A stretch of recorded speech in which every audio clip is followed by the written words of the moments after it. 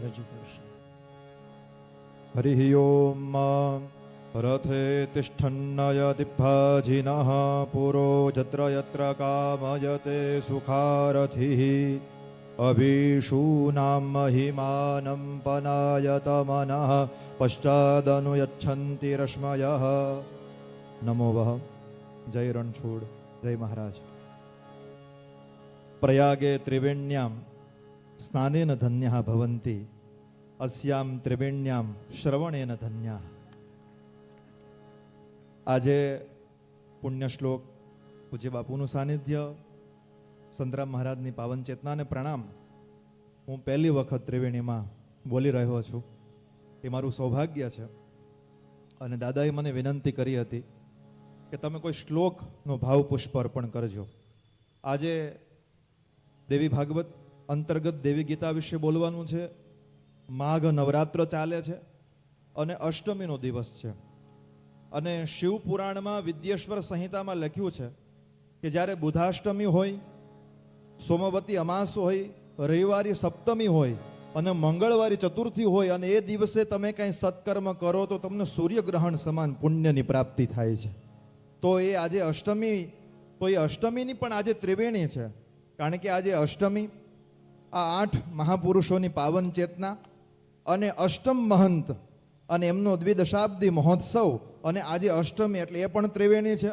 સત્ય, પ્રેમ, કરુણા બાપુ અને આ કથાકારોની ત્રિવેણી છે. એટલે 3 ત્રિવેણી છે. ને એમાં ગઈકાલે ચંડિકા કિંકર નવલદાદાએ સૃષ્ટો યા સર્ગ રૂપા ઉપર એમનું વક્તવ્ય આપ્યું તો એ સ્ત્રગધરા છંદમાં છે.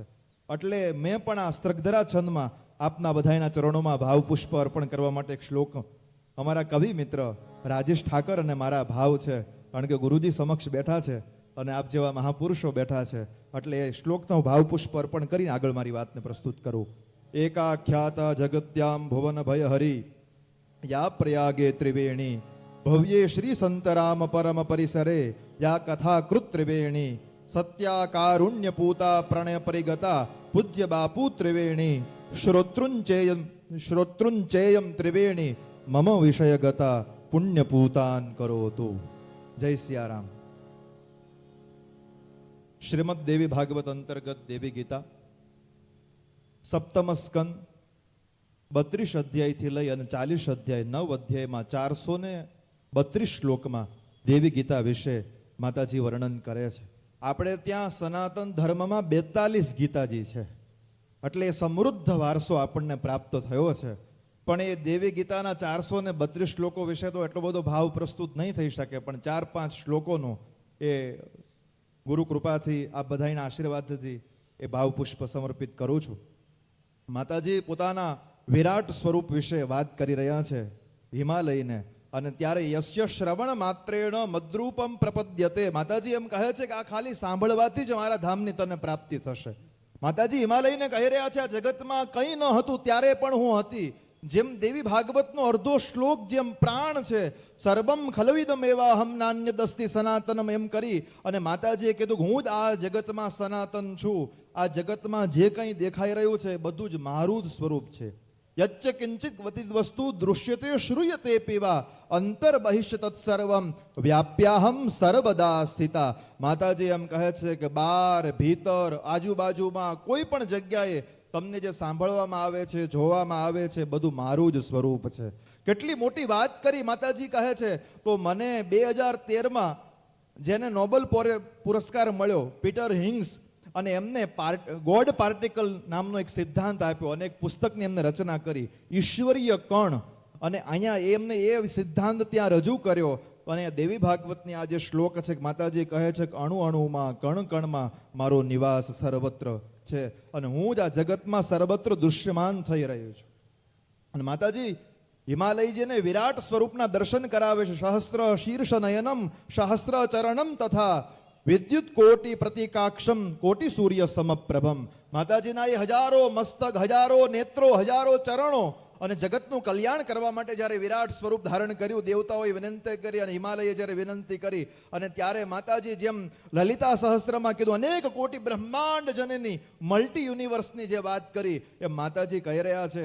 અને માતાજીના સ્વરૂપના દર્શન કર્યા હિમાલય આદિ બધા દેવતાઓ ગભરાવા લાગ્યા. કારણ કે આ બધા દેવતાઓ માતાજીના આગળ ત્રીજા સ્કંદમાં નખમાં બધા દેવતાઓને દર્શન થાય છે માતાજીના, કારણ કે માતાજીનું એ સ્વરૂપ છે. જેમ ભાગવતમાં એમ કીધું પાતાલ મેતસ્ય હિપાદ મૂલમ પઠંતિ પાર્શની પ્રપદે રસાતલમ, એવી રીતે જ્યારે વિરાટ સ્વરૂપના દર્શન કર્યા ત્યારે હિમાલય આદિ બધા દેવતાઓ ખૂબ પ્રસન્ન થયા. માતાજીને કહે છે કે માતાજી આપ આપનું સૌમ્ય રૂપ ધારણ કરો. અને ત્યારે માતાજીએ પુનઃ સૌમ્ય રૂપ ધારણ કરી અને હિમાલયને દેવી ગીતા અંતર બ્રહ્મ વિદ્યાનો ઉપદેશ આપ્યો છે.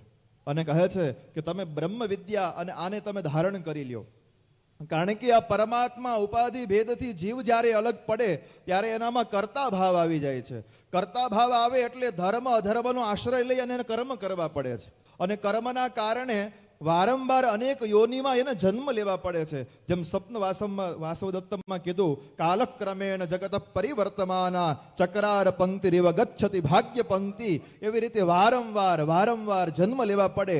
અને આ બધાયનું મૂળ કારણ શું છે તો કે અજ્ઞાન છે. એ અજ્ઞાનનો જ્યારે નાશ થશે ને ત્યારે તમારું કલ્યાણ થશે ને ત્યારે માતાજી હિમાલયને કહે છે તસ્માત સર્વ પ્રયત્નેન જ્ઞાનમ સંપાદયન નરઃ, એટલા માટે તમે પ્રયત્નપૂર્વક જ્ઞાનની ઉપાસના કરો. જ્ઞાન વગર તમને મુક્તિ મળશે નહીં. ઋતે જ્ઞાનાન્ન મુક્તિ. જેવી રીતે માતાજી આપણે ભગવાન વિશે એક શ્લોક જાણીએ છીએ કે નાહમ વસામી વૈકુંઠે યોગીનામ હૃદયે નચ, તો માતાજી પણ અહીંયા શ્લોક એવી રીતે વાત કરી રહ્યા છે.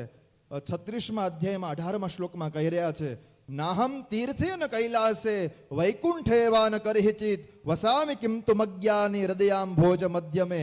હું કૈલાસમાં રહેતી નથી, હું વૈકુંઠમાં નથી રહેતી, હું યોગીઓના હૃદયમાં નથી રહેતી, હું જ્ઞાની ભક્તોના હૃદયમાં નિવાસ કરું છું. અને જ્યારે જ્ઞાની વ્યક્તિ એક વખત જો મારી પૂજા કરે ને તો એને કોટી પૂજા ફલાપ્રદઃ, હું એને કરોડો પૂજાનું ફળ આપી દઉં છું. માતાજી એટલા બધા પ્રસન્ન થઈ રહ્યા છે.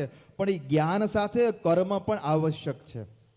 એટલે અહીંયા કર્મની પ્રધાનતા બતાવી. 3 ઉપનિષદની વાત અહીંયા દેવી ભાગવત અંતર્ગત દેવી ગીતામાં કરી છે. ઈશાવાસ્યોપનિષદ, કઠોપનિષદ અને મુંડકોપનિષદ. અને ત્યારે કોઈ પણ વાતને સરસ રીતે પ્રસ્તુત કરવી હોય, પ્રમાણ આપવું હોય, ત્યારે 4 જ્યારે પ્રમાણ આપે ત્યારે એ વાતને પુષ્ટ ગણાય. આજે સવારે જ્યારે બાપુ સંદર્ભ ગ્રંથની વાત કરી રહ્યા હતા અને ત્યારે કીધું આટલા ગ્રંથો એ મારા સંદર્ભ ગ્રંથમાં છે, ત્યારે ખરેખર મારી આંખમાંથી આંસુડા આવ્યા હતા કે હું જે તૈયારી કરીને આવ્યો ને જે શ્લોક બોલી રહ્યો છું એ બાપુ તો અહીંયા એમના બેઠા એમને સહજ પ્રગટ થાય છે.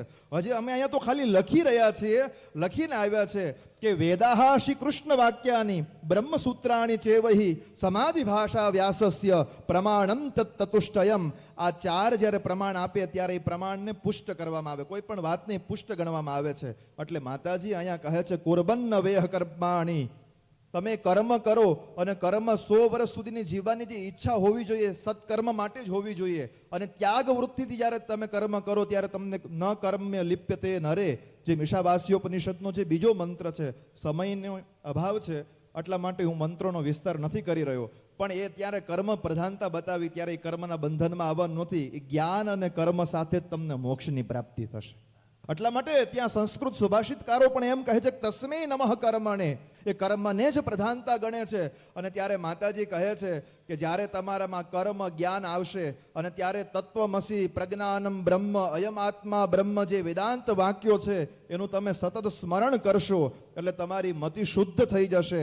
અને જ્યારે મતિ શુદ્ધ થઈ જશે અને ત્યારે માતાજી અહીંયા કઠોપનિષદના મંત્ર અને શ્લોકોનો ઉપદેશ આપે છે. આત્માનમ રથિનમ વિદ્ધિ શરીરમ રથમેવ તુ બુદ્ધિમ તુ સારથિમ વિદ્ધિ મનઃ પ્રગ્રહમેવ ચ. એટલે તો આત્માને જ રથી માનજો. અને ત્યારે આ મન છે બહુ જ ચંચલ છે, અને એ મન તમે જીતી લેશો ત્યારે મારું મણિદ્વીપ ધામ તમને પ્રાપ્ત થશે. મતયઃ યત્ર ગચ્છન્તિ તત્ર ગચ્છન્તિ વાનરાઃ, શાસ્ત્રાણિ યત્ર ગચ્છન્તિ તત્ર ગચ્છન્તિ વૈ નરાઃ. મતિ જે બાજુ લઈ જાય એ બાજુ જો જવાનો કોઈ પ્રયત્ન કરે એને વાનર સાથે સરખાવવામાં આવ્યા, પણ શાસ્ત્ર જે બાજુ લઈ જાય એ બાજુ જે જવાના પ્રયત્ન કરે એને નર કહેવામાં આવ્યા. એટલે માતાજી કહે છે કે તમે મનને જીતી લ્યો, અને જ્યારે તમે મનને જીતી લેશો ત્યારે તમને મારા સ્વરૂપની પ્રાપ્તિ થશે. અને ત્યારે એ બધું જ જ્યારે તમને એ સ્વરૂપ પ્રાપ્તિ થઈ જશે ત્યારે માતાજી અહીંયા કહી રહ્યા છે કે મારો પ્રણવ મંત્ર છે રીમ, અને તમે રીમનો જપ કરજો અને તમારું કલ્યાણ થઈ જશે. આ રીમ બીજ છે એનો પણ એટલો બધો મહત્વ બતાવવામાં આવ્યું છે. હું પહેલા તો એવો ભાવ પ્રગટ કરતો હતો ખાલી રીમ ઉપર જ બોલું, કારણ કે બીજ મંત્ર છે, પ્રણવ છે, આ માતાજીનો પ્રણવ છે ને આનાથી માતાજી ખૂબ પ્રસન્ન થાય છે. આ રૂલ લેખા કહેવામાં આવે છે, કારણ કે પ્રાણીમાં શરીરમાં ચેતન જે છે એ હૃદયમાં રહેલું છે. તમે જ્યારે વિચાર કરો, કોઈ પણ માણસ જ્યારે બોલતો હોય ત્યારે બુદ્ધિથી બોલતો હોય, અને જ્યારે બોલે કોણે કર્યું કે મેં કર્યું, એ ત્યારે હૃદય બાજુ જ હાથ આપે કે હું કરી રહ્યો છું, હું બોલી રહ્યો છું. એ જે હુંકાર છે ને જ્યાંથી પ્રગટે છે ત્યાં જ રીમ છે. અને જ્યારે રીમનું ચૈતન્ય પ્રગટ થઈ જાય ને ત્યારે માતાજી કહે છે કે મારું મણિદ્વીપ ધામ તમને પ્રાપ્ત થશે. એટલા માટે ભુવનેશ્વરી ગીતામાં પણ ગાયત્રી મંત્ર જે આવ્યો એમાં પણ રીમની જ પ્રધાનતા બતાવી છે. અને જ્યારે આ રીમના પણ મંત્રાભિધાનમ નામના ગ્રંથમાં અલગ અલગ એના સંદર્ભ અલગ અલગ અર્થો બતાવ્યા, અને કહેવાય છે કે રીમને અલગ અલગ નામો આપ્યા છે. આ રીમ જે શબ્દ છે એને લજ્જા, ગિરિજા, શક્તિ, હૃલ્લેખા, માયા, પરા એવા બધા નામોથી એમને ઓળખવામાં આવે છે. માતાજી કહે છે કે પુષ્પ, ઘી, જપ વગેરે કદાચ તમારાથી થઈ શકે તો બહુ મોટી વાત છે, પણ તમે ખાલી મારો રીમ નામનો જપ કરશો ને તો પણ તમારું કલ્યાણ થઈ જશે. કારણ કે આપણે ત્યાં ષડ ઐશ્વર્ય માતાજીના જે બતાવવામાં આવ્યા એમાં પણ રીમ શબ્દને ખૂબ પ્રધાનતા બતાવવામાં આવી છે. હકાર સ્થૂલ દેહ સ્યાદ, હરકાર સૂક્ષ્મ દેહક, ઈકાર કારણાત્માસો, હરિંકારોમ તુરીકમ. માતાજી કહે છે આ રીમ જે છે એ મારું જ સ્વરૂપ છે, અને મારા સ્વરૂપનું તમે ધ્યાન કરશો ત્યારે તમારું અવશ્ય કલ્યાણ થઈ જશે. અને આપણે ત્યાં મંત્રને જ્યારે સિદ્ધ કરવો હોય, આ તો રીમ શબ્દ છે, એના 10 પ્રકારો શારદા તિલકમાં આપ્યા છે. વધારે વિસ્તાર નહીં કરું, પણ ખાલી એનો એક શ્લોક બોલી જાઉં છું. મંત્રાણામ 10 સંસ્કારાઃ કથ્યન્તે સિદ્ધિદાયિનઃ, જનનમ જીવનમ પશ્ચાત તાડનમ બોધનમ તથા અથાભિષેકો વિમિલી કરણાપ્યાયને પુનઃ તર્પણમ દીપનમ ગુપ્તિર દશેતા મંત્ર સંસ્ક્રિયાઃ. આ મંત્રને સંસ્કાર કરવાના 10 લક્ષણો બતાવ્યા છે. માતાજી એટલા બધા કરુણાની મૂર્તિ છે. બાપુ, આ દેવી ભાગવત અંતર્ગત આ દેવી ગીતામાં સત્ય, પ્રેમ અને કરુણા ત્રણેયનો ઉલ્લેખ બતાવ્યો છે. ત્રણેય શબ્દોમાં જોવામાં આવે છે. ખાલી તમે રીમ બોલો તોય કલ્યાણ કરી દે, પણ ઉતથ્ય એ ખાલી અઈ એટલો ઉચ્ચાર કરે, અઈમ પણ નહોતો બોલ્યો, એ મૂર્ખ હતો, અનાયાસે એનાથી એવું બોલાઈ ગયું અઈ અઈ, અને ત્યારે માતાજી મૂર્ખો ભવતી પંડિત, એ પંડિત થઈ ગયો. આ કરુણાની મૂર્તિ છે. તો વિશેષ કંઈ ન કહેતા, જેમ આપણે ત્યાં શ્રીમદ ભગવદ્ ગીતામાં પણ યદા યદા હિ ધર્મસ્ય જે શ્લોક છે એ અહીંયા પણ એવો શ્લોકનું અને માતાજી કહી રહ્યા છે. યદા યદા હિ ધર્મસ્ય ગ્લાનિર્ભવતી ભૂધરઃ તદાત્માનમ યદા યદા હિ અભ્યુત્થાનમ ધર્મસ્ય તદાન વેશાન બિભર્મ્યહમ. માતાજી કહે છે કે જ્યારે જ્યારે ધર્મ અને અધર્મ જ્યારે વધે છે ત્યારે હું ધર્મના રક્ષણ માટે હું જન્મ ધારણ કરું છું, ત્યારે અલગ અલગ પ્રકાર વેશ ધારણ કરું છું. વિશેષ કંઈ ન કહેતા બધી યોગોની ચર્ચા છે, માતાજીના બધા સ્વરૂપની ચર્ચા છે, અને અલગ અલગ માતાજીના એ બધા જ 432 શ્લોકમાં વિશેષ બધા વર્ણનો છે. પણ યોગીરાજ માનસની કથા ચાલી રહી છે, તો આ દેવી ગીતામાં 3 વાર યોગી શબ્દનો ઉલ્લેખ છે. એ પણ 35મા અધ્યાયમાં 15મા શ્લોકમાં, 16મા શ્લોકમાં અને 47 શ્લોકમાં 15 વાર તો યોગ શબ્દનો ખાલી ઉચ્ચાર આ 432 શ્લોકમાં જ આવ્યો છે. પણ 3 વાર આજે ત્રિવેણી છે એટલે 3 વાર યોગી શબ્દોનો માતાજી અહીંયા ઉલ્લેખ કરે છે. બસ આપના ચરણોમાં મારા ભાવ પુષ્પ સમર્પિત કરું છું. જય સિયારામ, જય મહારાજ, જય રણછોડ. ખૂબ ખૂબ સુંદર, અત્યંત પરિશ્રમ ફલા વિદ્યા અહીંયા પ્રસ્તુત થઈ છે. ધન્યવાદ આકાશભાઈ. અને હવે પૂજ્ય અમારા યુવાન વક્તાએ ભગવતી ગીતા ઉપર વાતો કરી, દેવી ગીતા ઉપર. શાસ્ત્રી બાબા કાલ આપ દેવી ગીતા કહેતા હતા ને રીમ બીજ મંત્ર, એમ રામ પણ બીજ મંત્ર છે. એ પર્યાય રીમ રામ, રીમ રામાય નમઃ, રીમ રામાય નમઃ. રીમ અને રામ. અને મને કહેવા દો, રાધા પરક જેટલા ગ્રંથો આપણે ત્યાં આવ્યા છે એમાં રાધાને પણ બીજ મંત્ર કહેવાય છે.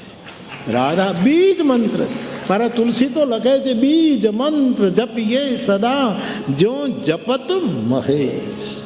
વિનય પત્રિકાના પદમાં રામ નામ એ બીજ મંત્ર. જેમ આપ બહુ સરસ, મને યાદ કેટલું સરસ આપ પ્રતિપાદન કરતા. બી રીમ રીમ માતાજીનો એ બીજ મંત્ર છે. રામ પર્યાય રામ બીજ મંત્ર છે. હા, રાધા બીજ મંત્ર. શ્રી રાધે